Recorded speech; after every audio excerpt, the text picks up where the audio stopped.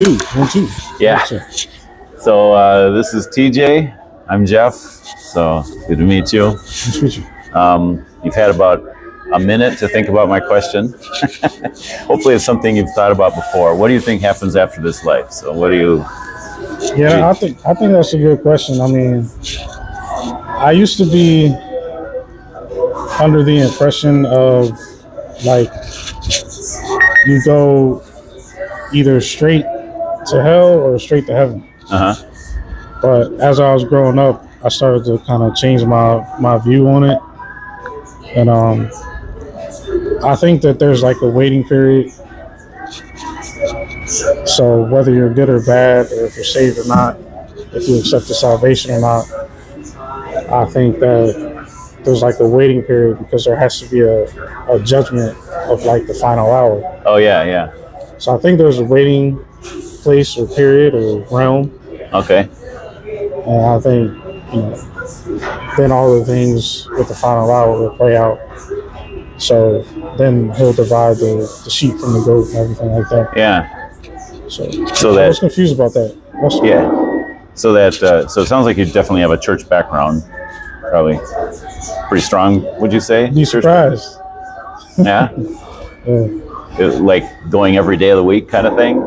Well, I mean, I played drums at a fivefold ministry for some, on and off for some years, and I think they did pretty well.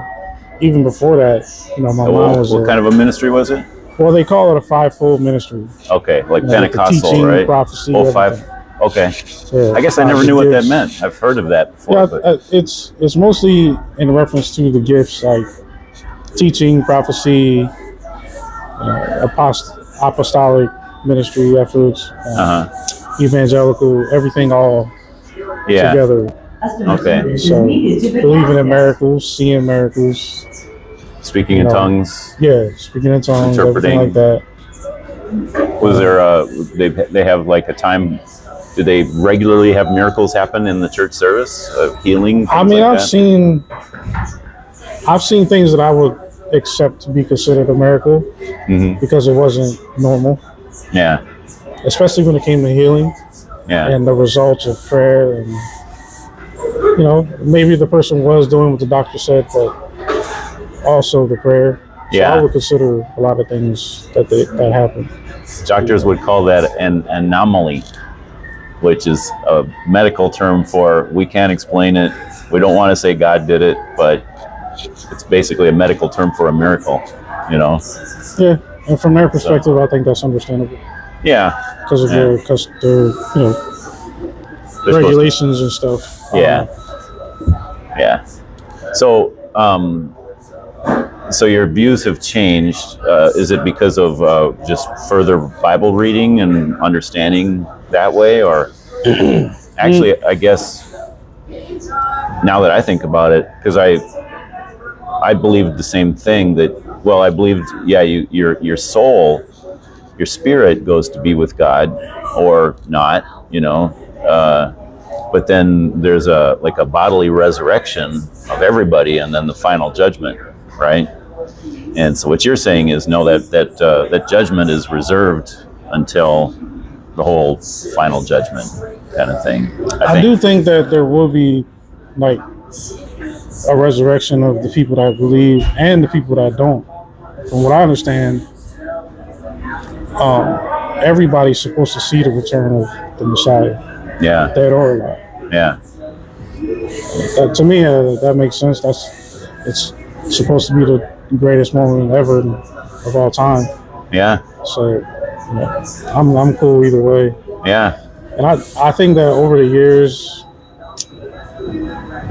talking to people who don't really believe in God or the Messiah, I kind of drew the conclusion that I'm good either way.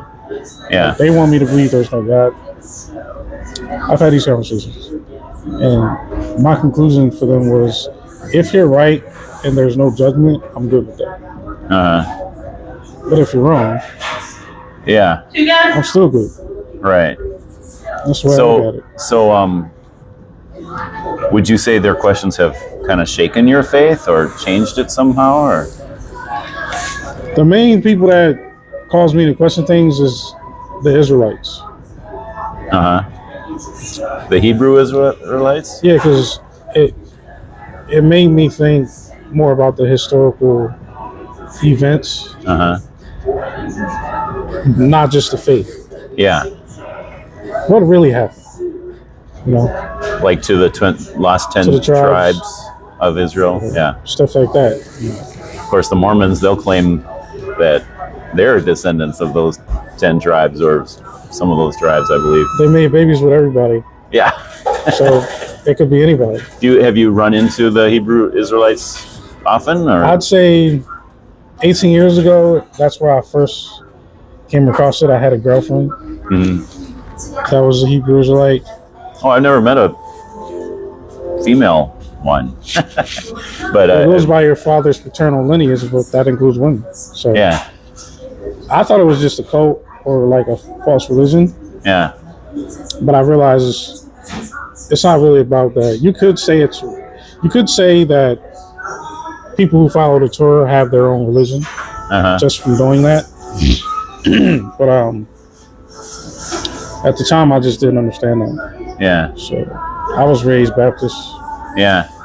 My mom was a gospel singer. She sang with some big people. So that's how I was raised. Yeah. And by the time I was 18, having that girlfriend, I didn't understand it. Yeah. Now I feel like I understand it more, and it's definitely something to consider. But I don't think that it's about the color of the person's skin. It's about the paternal lineage and what happened to them. Yeah. Because they look like everybody at this point. So, it sounds like they affected your beliefs to the point where you believe, well, I guess you were saying it doesn't matter whether God exists or not. If there's no judgment, you fall into a sleep, you die, and or you die and cease to exist. I would say, is that what they teach? No, I would say that was a defense that I came up with. Oh, okay. Talking to atheists. Oh, I see. Have you ever heard of Pascal's wager? It's it goes back to this church theologian from the 1500s, Blaise Pascal, who basically said, well, I want to believe because the chances, I know the chances are that maybe God doesn't exist, and if so, almost exactly what you were saying. If so, I will cease to exist when I die. But if there is a chance, and if it does happen that God exists and there's a judgment, I want to be ready for it, and so I'm going to follow God. And so it's kind of a wager. It's kind of like a bet. I'm going to place my bets on God. I'm going to live my life as if God exists. Mm-hmm. So it kind of makes faith more like I'm playing the odds kind of thing. And so a lot of people look down on it that way because it's like, well, you're not following God because God is God. You're following God because you're kind of like looking out for your own self-interest and just kind of taking your chances and counting the odds, Well, if he's coming from a place of fear of God, I think God could consider that acceptable. Yeah, like I say, a lot of atheists look down on the argument, but I believe the fear of the Lord is the beginning of wisdom. So we need to, the Bible says that repeatedly. So we do need to come from a place where we understand God's in control. God is God, we're not. And who are we to question God? I don't think our relationship as believers has to be motivated by fear, because then later on in Scripture it says true love casts out all fear. Like we can come to a loving relationship with God, but it begins with that respect and that fear, right? Is that kind of where you're like? How did you? Did you come to a point where you really took ownership of your faith? It wasn't just a faith of the church that you grew up in, or your parents, or that sort of thing. Yeah, I would say that happened before you met the girlfriend. A lot of after. Yeah. Once I got challenged on my beliefs Yeah. over the years. Then you had to. Then I got more mature. Yeah. And I found my positioning. I do think that's really important. As Christians, we can't just hide in our churches. That's kind of why I do these videos. I'm trying to show we're meant to have these kind of conversations with people of all sorts of different backgrounds, you know, and allow our faith to be challenged, because then it's strengthened. So it sounds like yours was strengthened as a result. Yeah, my faith has been strengthened, and I'm totally convinced that God has a plan, and I examined some of it with prophecy and stuff. I don't understand everything. No. But I accept there's things I probably won't ever fully understand. Right. It's not for me to. And I had the cough 19. I'm choosing my words carefully because of, the platforms. But sure. I got the cough 19. Got the cough? Cough 19. You know what I'm saying? Oh, yeah. Can't say it on there. So that was like a reevaluation of my relationship with God too, because it almost killed me. Really? Worst days of my life was having that. Wow. So, I'm totally convinced that whatever God's plan is the right thing. Yeah. Whereas before, I think I might have been living based off my own will and tricking myself into think that this is the will of God. Yeah. But I just learned, God humbled me to understand, no, you don't got this. I got this. Yeah. That's everything. Yeah. And that made me stronger in my faith too. So you would think, oh my goodness, it being that sick and dying, some people were gonna be angry with God and hate God. Yeah. I do the opposite. I was like, save me from this. You got it. Like whatever you want. You're right. Well, I think that does happen. Tragedies or hardships like that either draw people closer to God, or they expose the fact that they just have God in their life for their own purposes, and when He's not serving those purposes, they'll just abandon Him, Yeah. or turn against Him. And, out of sight, out of mind. Yeah. Not saying that they can see Him, but in a way you can. You just have to know where to look. Do you are you pursuing your faith now? Would you say you're growing in your faith, part of a church? I'm always growing. That's good. I think that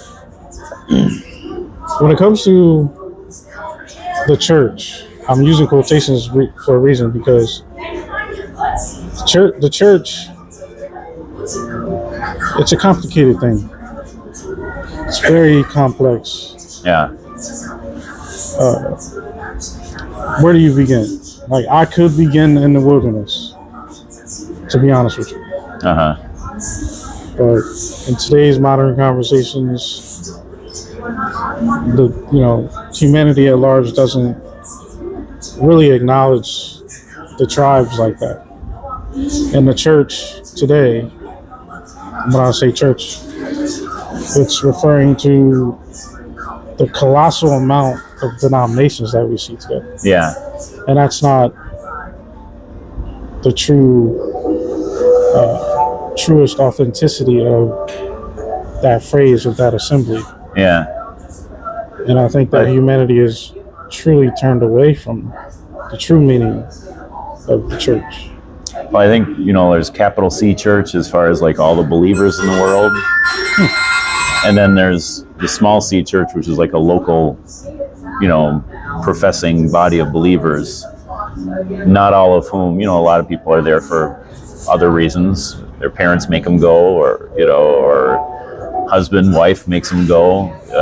They really aren't believers. So, or they're at people at various stages in their faith, levels of maturity.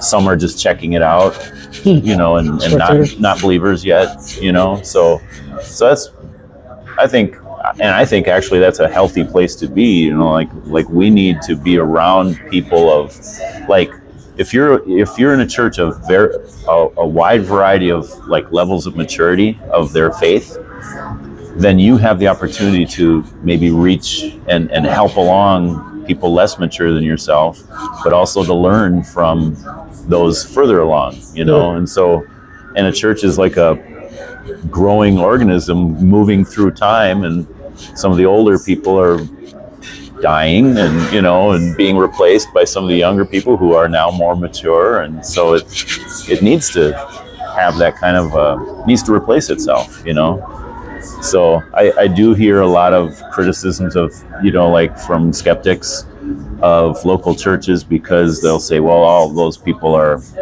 I heard one guy say, I went there and I looked around and I knew half those people and I know what they're like during the week, and it's like, okay, well, those are some of the less mature people of the body. Why are they there? Maybe some feel like they're just checking it off on a list of trying to be a good person, whatever, might not be there for the right reasons, but at least they're there. So, I wouldn't say that it's, I don't really go to Gentile congregations that I know are largely Gentile. Ever since I've discovered my history in relation to the Israelites. But I do think that the Gentile congregations that you see today, or largely Gentile congregations, they do serve a purpose, especially for the community in which they're stationed, because they are doing something useful for the well-being of the are you active in the Hebrew Israelite congregation then, or no? Even with the Israelites, I see too much division, and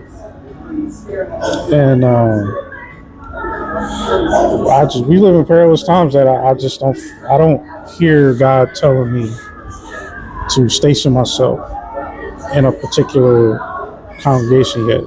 So when you say, I know that that's coming. When you say you're talking about Gentile congregations, are you part of like a Messianic Jewish congregation, or you're not part of any kind of a church gathering? And this is why I say that the church is very complex. Yeah.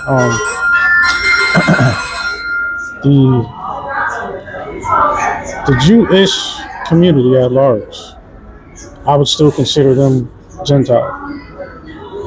It's a different lineage that they come from, not precisely the same. There's a split with Jacob and Esau, right? And I think it was the angel of the Lord that told Rebecca that in her womb is two different nations. So I think that we have common ancestry with the Jewish people. But I think it's separate at that point. Yeah. And so I believe I come from the paternal lineage. And when you talk to Jewish people, they believe they come from the maternal lineage. It's a family tree, but there's a split. Yeah. They're counting themselves on the mother's side. I count myself on the father's side. So, yeah, I'm really not familiar with. So it sounds like you kind of subscribe to just a lot or some of the Black Hebrew Israelite beliefs, right? Everybody's got some stuff right, to be honest. Yeah. Everybody's got some stuff right. So I know they really emphasize. Is right twice a day when it's messed up. Right. So there's things to learn from everybody. Yeah. So, because I know they really emphasize like race and, like you say, lineage. You could. I would say lineage, and then I don't really use the word race much, but just for having a modern conversation, you can use that. Lineage. Race. Oh yeah. But it's really the lineage. Yeah. Paternal lineage. So, yeah. Well, that's but you know that they couldn't keep the customs and the laws. Not perfect. There were some. And that's how things went downhill. The loss of identity and many, all the different nations. Problems with the world today. Yeah. So since you had the girlfriend who was part of that teaching. That was 2005, yeah. That was the first time I came across it. Did you kind of continue in it somehow? Like, I stayed in church. Didn't interest me at all. I thought yeah, it was weird. I thought they were weird. yeah.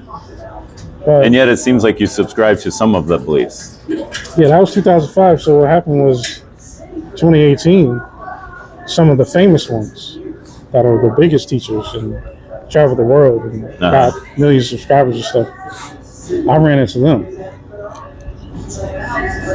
In person or like online kind of thing? Well, first online, and then I was invited to a summit. Oh, okay. And then I met some of the higher ranking judges and priests.